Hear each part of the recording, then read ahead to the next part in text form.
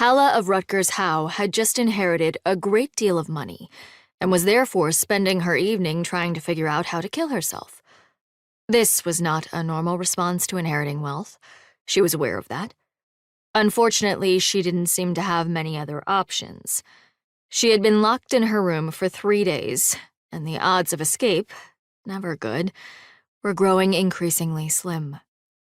Her relatives were going to be the death of her.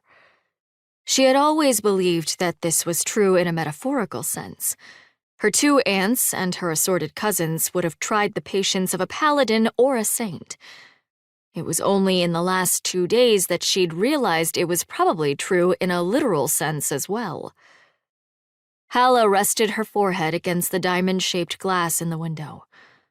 Uncle Silas had been reasonably wealthy, partly because he never spent a single penny he didn't have to.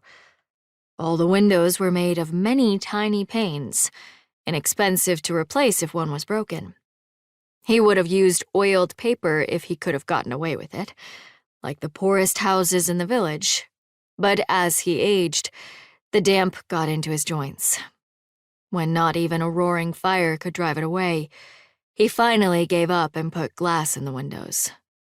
It was cheap glass full of bubbles.